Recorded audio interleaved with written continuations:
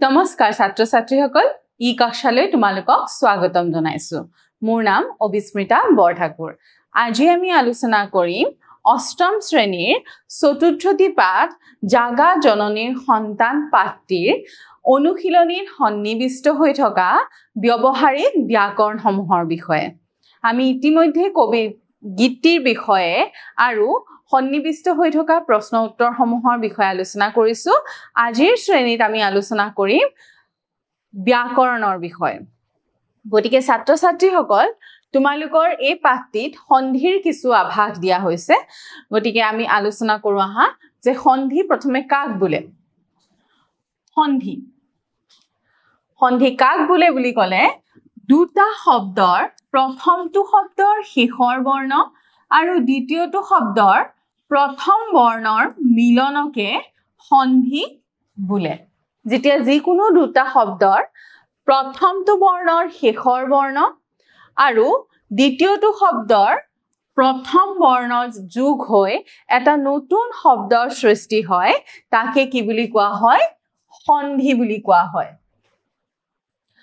অসমীয়া ভাষাত সংস্কৃত নিয়মৰ সন্ধি আৰু অসমীয়া নিয়মৰ সন্ধি আছে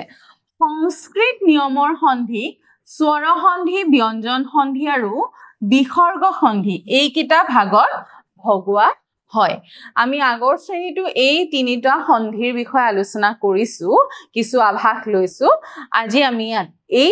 স্বৰ সন্ধি ব্যঞ্জন সন্ধি আৰু বিসৰ্গ সন্ধিৰ বিষয়ে আলোচনা কৰিম গতিকে প্ৰথমে তোমালোকে আশা কৰিছো বুজি পালা যে সন্ধি কাক বোলে দুটা বেলেগ বেলেগ শব্দৰ এটা শব্দৰ শেষৰ বৰ্ণ আনটো শব্দৰ প্ৰথম বৰ্ণ যোগ হৈ পেলাই যেতিয়া নতুন এটা শব্দৰ সৃষ্টি হয় হেতুকে কি বুলি কোৱা হয় সন্ধি বুলি কোৱা হয় সন্ধি কেই প্ৰকাৰ বুলি পালো স্বৰ সন্ধি ব্যঞ্জন সন্ধি আৰু বিসৰ্গ সন্ধি স্বৰ সন্ধি কাক বোলে স্বৰ বৰ্ণ আৰু স্বৰ বৰ্ণৰ যেতিয়া মিলন হয় সেই সন্ধিক স্বৰ সন্ধি বুলি কোৱা হয় যেনে অ যোগ অ আ হয় নীল যোগ অচল নীলৰ লগত আমি অ এটা আছে বুলি ধৰো নীল বুলি কোৱাৰ লগে লগে নীল যোগ অচল নীলাচল স্বৰ যোগ অচৰ চৰাচৰ অ আৰু অ যোগ হলে কি হয় আ হয় ঠিক তেনেদৰে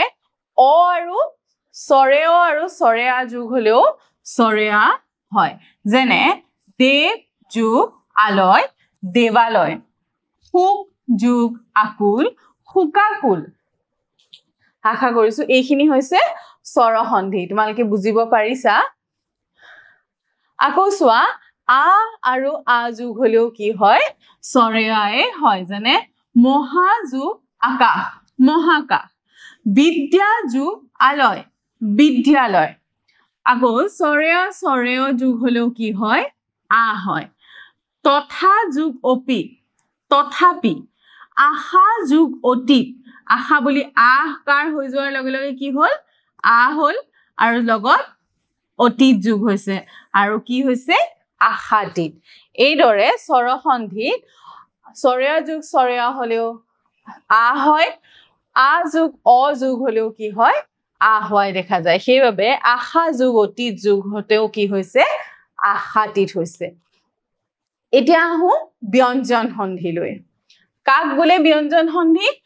ব্যঞ্জন বৰ্ণৰ লগত ব্যঞ্জন বৰ্ণৰ আৰু ব্যঞ্জন বৰ্ণৰ লগত স্বৰ বৰ্ণৰ যি সন্ধি হয় তাকে ব্যঞ্জন সন্ধি বোলে ব্যঞ্জন বৰ্ণৰ লগত যেতিয়া ব্যঞ্জন বৰ্ণ লগ হয় আকৌ ব্যঞ্জন বৰ্ণৰ লগত যেতিয়া স্বৰ বৰ্ণৰ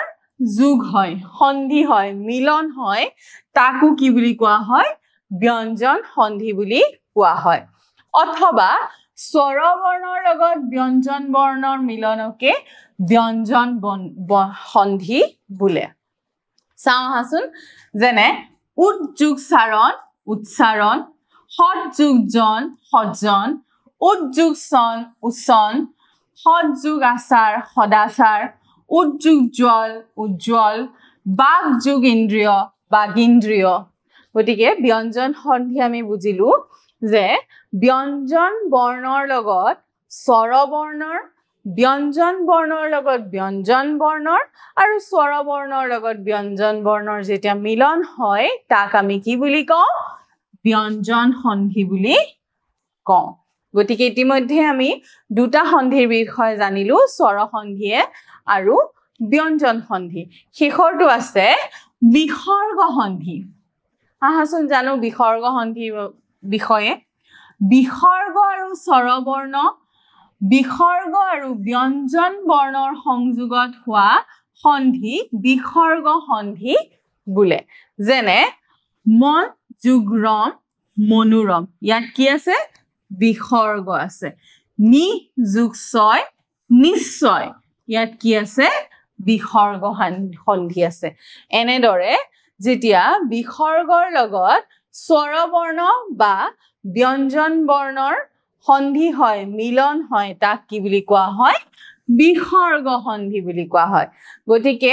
আমি এতিয়া তিনিটা সন্ধিৰ বিষয়ে জানিলো আমি সন্ধি কি জানিলো আৰু তিনি প্ৰকাৰৰ সন্ধিৰ বিষয়ে জানিলো কি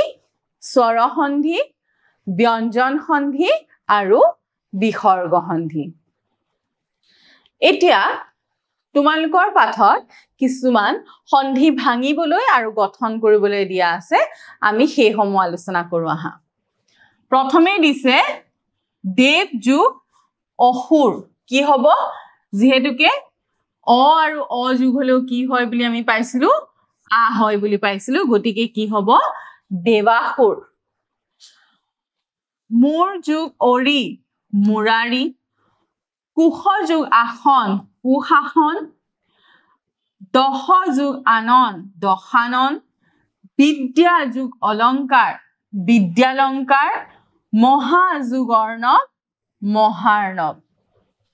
এই সমূহ আমি সন্ধি গঠন কৰিলো এতিয়া আমি কেইটামান সন্ধি ভঙা চাম যেনে মহৰ্ষি মহৰ্ষি বুলি ক'লে কি হ'ব মহা যোগ ঋষি উল্লেখ উদ যোগ লেখ নৰেন্দ্ৰ নৰ যোগ ইন্দ্ৰ উজ্জ্বল উদ যোগ জল মনোহৰ বিসৰ্গ সন্ধি আমি ইতিমধ্যে পাই আহিছো মন যোগ হৰ নাবিক নাবিক হলে কি হ'ব নৌ যোগ ইক ওৰ লগত এই হস্ৰই যেতিয়া যোগ হয় তেতিয়া কি হয় ই হৈ যায় গতিকে নৌ যোগ ইক মনোযোগ আকৌ বিসৰ্গ সন্ধি মন যোগ যোগ দিগন্ত দিক যোগ অন্ত এইদৰে আমি কিছু সন্ধি গঠন কৰিলো আৰু কিছু সন্ধি ভাঙিলো এই সমূহ গুৰুত্বপূৰ্ণ গতিকে তোমালোকে এইখিনি কথা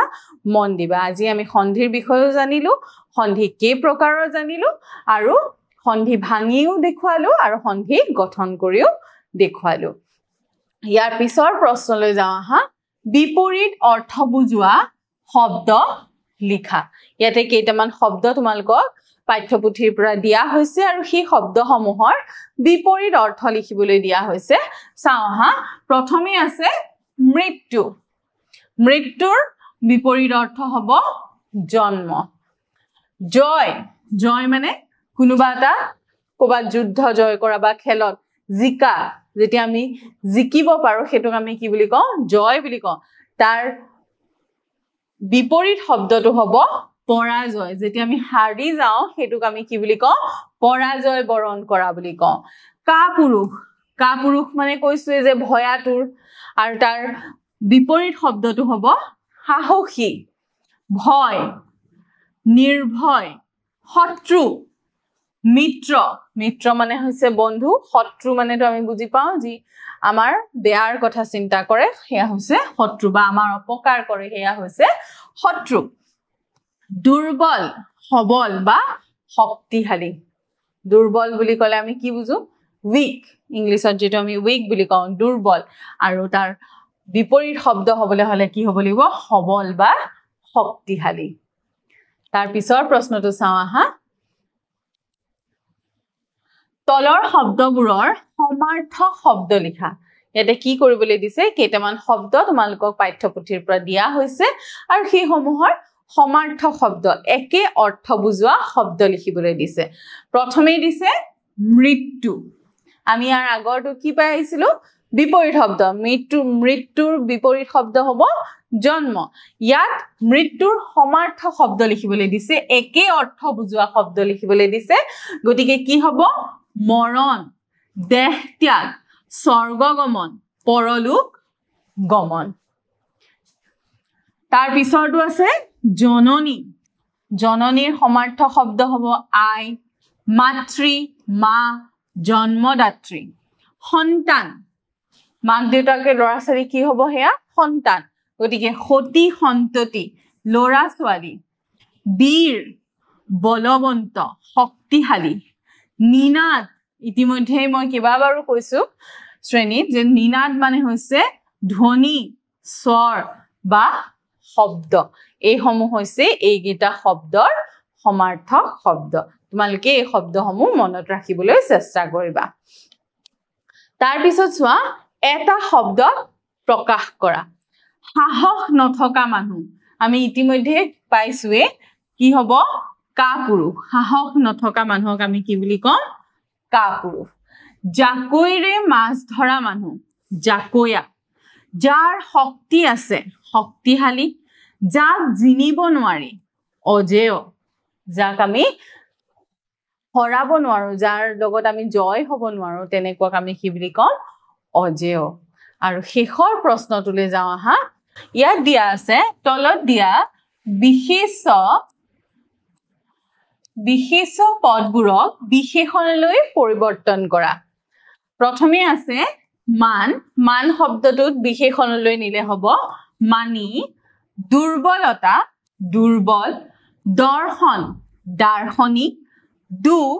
দুখ হলে হ'ব দুখী ইয়াতে হস্ৰইকাৰ হৈ আছে এটো দীৰ্ঘইকাৰ হ'ব ছাত্ৰ ছাত্ৰীসকল তোমালোকে শুধৰাই লবা আৰু মানৱ হলে হ'ব মানৱতা গতিকে এইকেইটা শব্দৰ বিশেষৰ পৰা বিশেষণলৈ পৰিৱৰ্তন কৰিলে এইকেইটা ৰূপে হ'ব ছাত্ৰ ছাত্ৰীসকল আজি শ্ৰেণী এইখিনিতে শেষ হৈছে আমি আন এটা পাঠত আন এটা বিষয়ৰ বিষয়ে আলোচনা কৰিম ধন্যবাদ